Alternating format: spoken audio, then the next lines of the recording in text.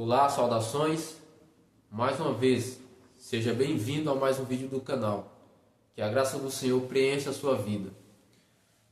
Hoje vamos juntos continuar estudando a Palavra de Deus e hoje vamos avançar para o quinto estudo. Será sobre o Santuário de Deus.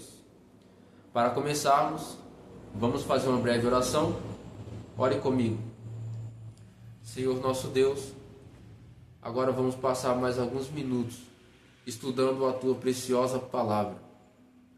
E Senhor, mais uma vez eu te peço, me conceda o Teu Espírito para que Ele conduza as minhas palavras, para que Ele conduza esse estudo de hoje. E que o Espírito Santo possa conceder entendimento aos meus irmãos ouvintes. Seja conosco, em nome de Jesus. Amém. Pois bem, deixa eu passar uma informação. Esse estudo seria bom se eu tivesse uma maquete para apresentar a vocês como era o santuário. Mas como eu não tenho uma maquete, vou deixar na descrição o link do vídeo do meu irmão Rodrigo Silva. Ele fez um vídeo explicando como era o santuário. E ele tem uma maquete excelente. Se você quiser ter uma noção melhor de como era o santuário, clique no link abaixo e assista lá o vídeo dele. Ok? Vamos lá. Aqui está a primeira pergunta do estudo. O santuário terrestre foi ideia de quem? De Deus ou dos homens? De quem foi ideia o santuário? Vamos ver? Abra comigo no livro de Êxodo. Êxodo 25, verso 8 diz: se você não achou, pause o vídeo e encontrando, continue comigo. Êxodo 25, verso 8 diz: e me farão um santuário, para que eu possa habitar no meio deles. Aqui são palavras do próprio Deus. Foi o próprio Deus que mandou fazer um santuário para ele habitar no meio do povo de Israel. Deus pediu que fizesse uma morada para ele, porque primeiro, ele queria ser o rei do povo de Israel e ele queria governar aquele povo conforme a vontade dele e conforme as leis dele. E segundo, Deus pediu um santuário para habitar, porque o povo havia visto Deus lá no Monte Sinai. E a presença de Deus exalava trovões, relâmpagos, tremia todo o monte, e o povo vendo isso, ficaram com medo de Deus. Então, para eles não ficarem com medo do Senhor, ele pediu a Moisés: olha, eu faço um santuário. E ali Deus iria ocultar todo o poder dele. Ok? E a segunda pergunta aqui diz assim: como foi feito o santuário terrestre? Como foi feito? Será que Moisés fez qualquer casa? Será que ele fez de qualquer forma? Será que algum dos homens foi o arquiteto? Vamos ver? Aqui mesmo, capítulo 26, Êxodo capítulo 26, verso 30 diz: levantarás o tabernáculo segundo o modelo que te foi mostrado no monte. Aqui é Deus dizendo a Moisés: olha, Moisés, você vai fazer o santuário conforme o modelo que te foi mostrado no monte. Deus mostrou o santuário celeste para Moisés. Existe um santuário lá no céu. E o santuário que está lá no céu, esse foi o modelo, o santuário que Deus mandou Moisés fazer. E assim Moisés fez. O santuário que Moisés fez aqui na terra foi uma cópia do verdadeiro que está no céu. E em Hebreus fala desse santuário. Vamos ver? Abra comigo no livro de Hebreus. Hebreus capítulo 8, verso 1 e 2 fala assim: ora, o essencial das coisas que temos dito é que possuímos tal sumo sacerdote que se assentou à destra do trono da majestade nos céus, como ministro do santuário e do verdadeiro tabernáculo que o Senhor erigiu e não o homem. Percebeu? Hoje Cristo está ministrando no santuário celeste, no santuário que foi feito pelo próprio Deus. E esse santuário foi o modelo para Moisés fazer uma cópia aqui na terra. Muito bem, vamos avançar para a terceira pergunta que diz assim: como era o santuário?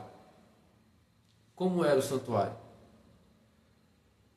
Aqui mesmo, Hebreus capítulo 9, verso 2 ao 4, leia comigo.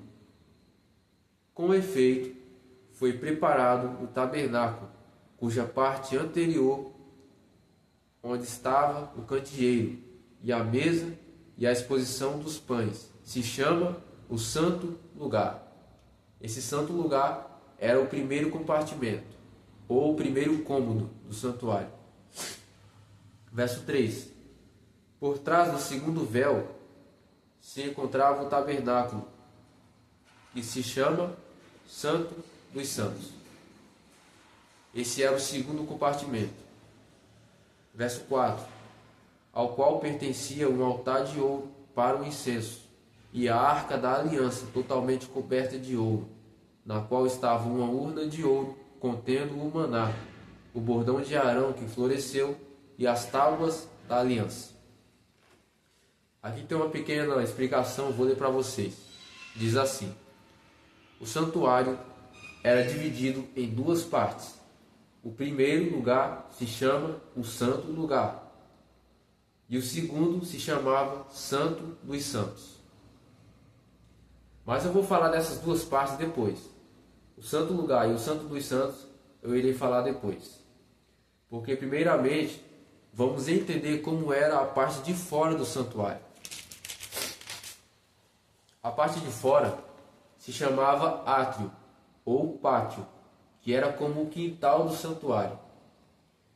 E nesse pátio havia o altar de holocausto, que era o lugar onde sacrificavam os animais, e pouco à frente desse altar tinha uma pia de bronze. Tinha uma pia de bronze cheia d'água, que servia para os sacerdotes se lavarem antes de oficiar dentro do santuário. E cada um desses objetos tinha representações. Vamos ver o que cada coisa representava? Vamos lá. O altar de holocausto. O altar de holocausto era o lugar onde trazia os cordeiros para entregar a Deus como oferta. E ali, ao lado esquerdo do altar, o cordeiro era sacrificado. E depois de morto, o sacerdote lançava o cordeiro no altar de holocausto para queimar a Deus como oferta. Este ritual fazia parte do plano da salvação. Vocês se lembram daquela ovelhinha que Deus teve que matar lá no Éden para encobrir o pecado de Adão e Eva? Vocês se lembram? Pois é. Todos os sacrifícios que eram feitos no santuário se tratava da mesma ocasião.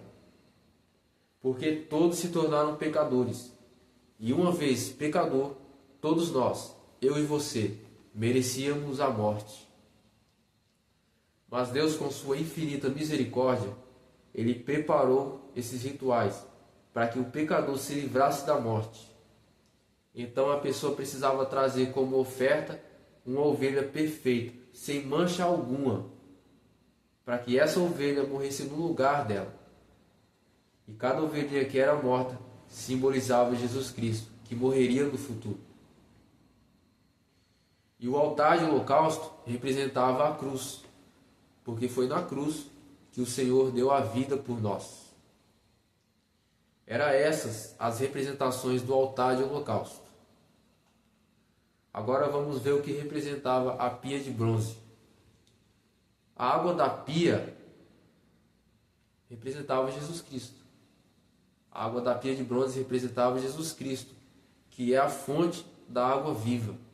E também a água dessa pia representava o Espírito Santo. Leia comigo o Evangelho de João. João, capítulo 7, verso 37 ao 39 diz: no último dia, o grande dia da festa, levantou-se Jesus e exclamou: se alguém tem sede, venha a mim e beba. Quem crê em mim, como diz a Escritura, do seu interior fluirão rios de água viva.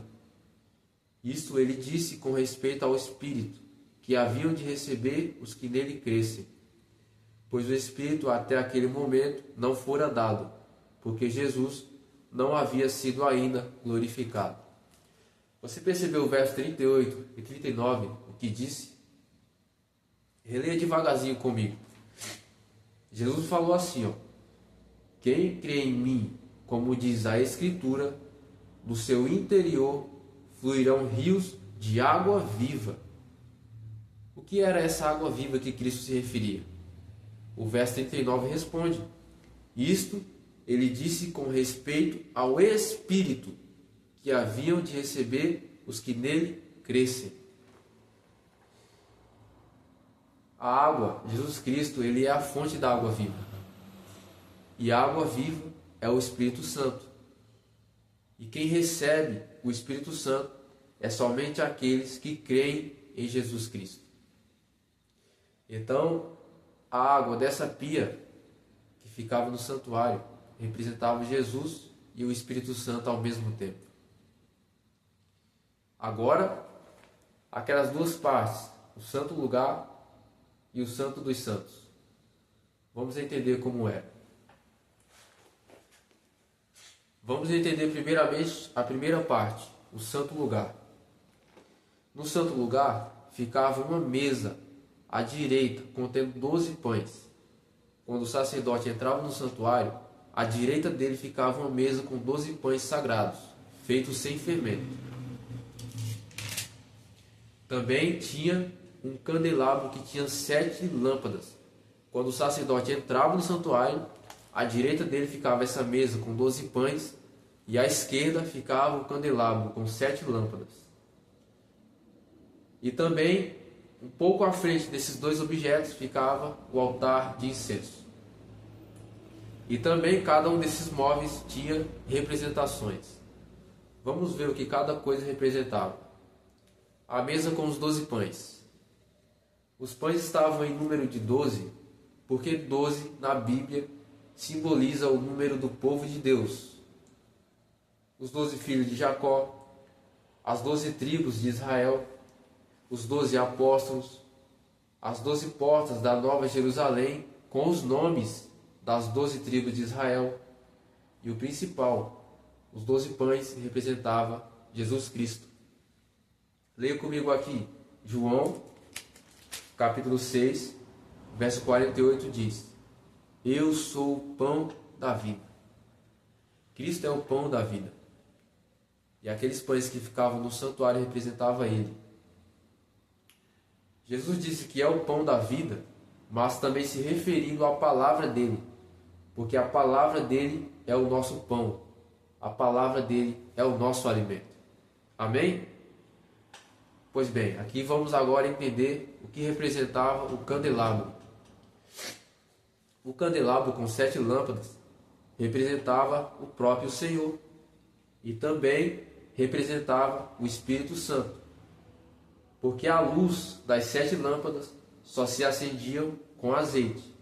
E o azeite na Bíblia representa quem? Representa o Espírito Santo. Leia comigo Levítico. Levítico, capítulo 24.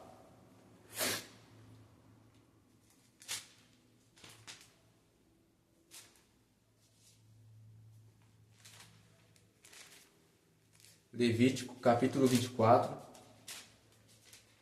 verso 1 e 2 fala assim: disse o Senhor a Moisés: ordena aos filhos de Israel que te tragam azeite puro de oliveira batido para o candelabro, para que haja lâmpada acesa continuamente. Percebeu? Sem o azeite não havia luz no santuário. Assim também a nossa vida, irmãos. Assim também a nossa vida sem o Espírito Santo. Quando não obedecemos a palavra do Espírito Santo, não existe em nossa vida amor, humildade, respeito, bondade, alegria, domínio próprio. Sem o Espírito Santo, não existe luz em nossa vida. Por isso, enquanto estamos vivos, para termos um bom caráter, devemos andar cada dia, passo a passo, obedecendo o Espírito Santo, para que assim nós possamos viver conforme Deus deseja, ok? Que eu e você possa ser assim, que eu e você possa andar com o azeite em nossa vida, com o Espírito Santo, para que haja luz em nosso viver. Agora vamos ver o que representava o altar de incenso.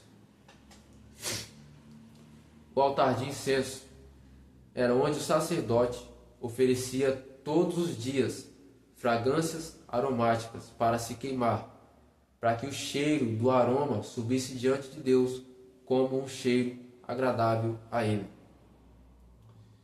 Isso representava as orações dos santos, que sobem a Deus como um aroma bom e agradável. O motivo de Deus se agradar com o bom cheiro do incenso subindo a Ele significa que Deus se agrada de uma oração sincera e humilde subindo a Ele. Então, quando orarmos a Deus, que nós possamos orar com sinceridade e com humildade, porque é dessas orações que Ele se agrada. Amém? Pois bem, essas eram as representações dos objetos que ficavam na primeira parte, o santo lugar. Tinha essas representações que acabamos de observar. Agora passando para a segunda parte, vamos falar do Santo dos Santos. No Santo dos Santos ficava somente a Arca da Aliança. Vamos ver? Leia comigo o Êxodo, capítulo 26, verso 33.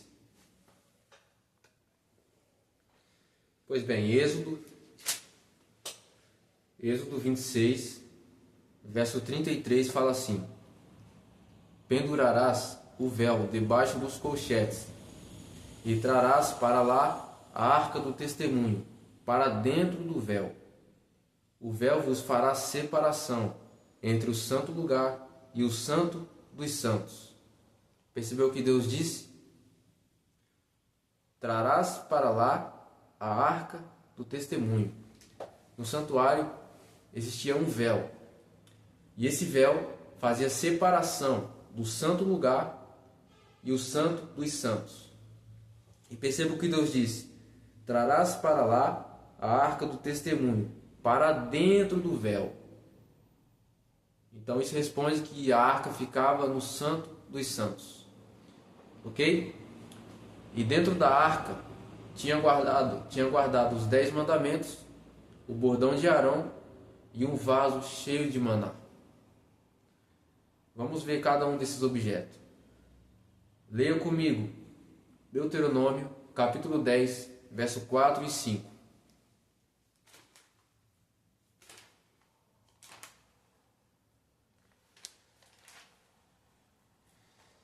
Vamos ver os 10 mandamentos dentro da arca. Deuteronômio, capítulo 4, Deuteronômio, capítulo 10, verso 4 e 5 diz assim: então escreveu o Senhor nas tábuas, segundo a primeira escritura, os 10 mandamentos, que ele vos falara no dia da congregação, no monte, no meio do fogo. E o Senhor mas deu a mim. Virei-me e desci do monte, e pus as tábuas na arca que eu fiz, e ali estão, como o Senhor me ordenou. Assim que Moisés recebeu a segunda tábua dos 10 mandamentos, ele guardou essas tábuas dentro da Arca da Aliança. Colocando dentro da Arca da Aliança, ela foi para o Santo dos Santos. E ali ficava a arca. O Santo dos Santos era a parte mais importante do santuário, porque ali ficava a presença do Criador. Pois bem, aqui vemos que os 10 mandamentos ficavam dentro da Arca da Aliança. Agora vamos ver o bordão de Arão. Abra comigo em Números, capítulo 17. Volte um pouco. Fica antes de Deuteronômio.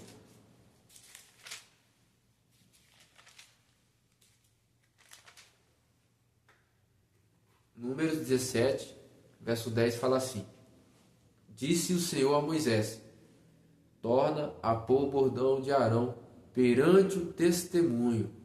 Esse testemunho era a Arca da Aliança.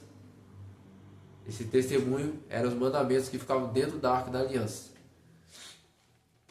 Agora vamos ver o maná.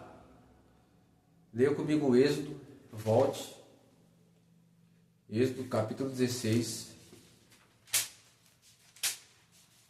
verso 33 e 34 diz: Disse também Moisés a Arão: Toma um vaso, mete nele um gomer cheio de maná e coloca-o diante do Senhor, para guardar-se as vossas gerações. Como o Senhor ordenou a Moisés, assim Arão colocou diante do testemunho para guardar. Esse testemunho era a Arca da Aliança. Então lá no Santo dos Santos ficava a Arca da Aliança. E dentro da Arca, os 10 mandamentos, o bordão de Arão e o vaso cheio de maná. A Arca representava a presença do Senhor com o povo. A lei na Arca representava que os mandamentos são eternos, assim como Deus é. O bordão de Arão servia de resposta, para que soubessem que somente a tribo de Levi tinha permissão de trabalhar no santuário. O maná serviu de provas para que a nova geração soubesse que Deus esteve com os antepassados. Aqui encerramos o estudo sobre o santuário e breve continuaremos.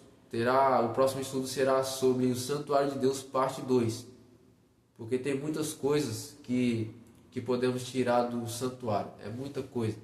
Passaríamos horas aqui estudando. Então é isso. Vamos fazer uma oração para encerrar. Senhor nosso Deus, aqui encerramos o 5º estudo. E eu te agradeço, Senhor, pela tua presença. Obrigado pelo Senhor sempre estar chamando a nossa atenção para seguirmos o teu caminho. Que o Senhor possa ser conosco em todos os momentos, quer bons, quer más. Que o Senhor possa sempre nos ajudar a estar mantendo o foco em Ti, Senhor. Perdoe os nossos pecados e assim modela o nosso coração para que sejamos completamente Teu. Em nome de Jesus. Amém. Que Deus possa te abençoar e continue estudando a palavra de Deus, acompanhando os vídeos aqui. E não se esqueça, compartilhe esses vídeos para que o Evangelho de Cristo se expanda. Ok? Que Deus te abençoe e até o próximo estudo.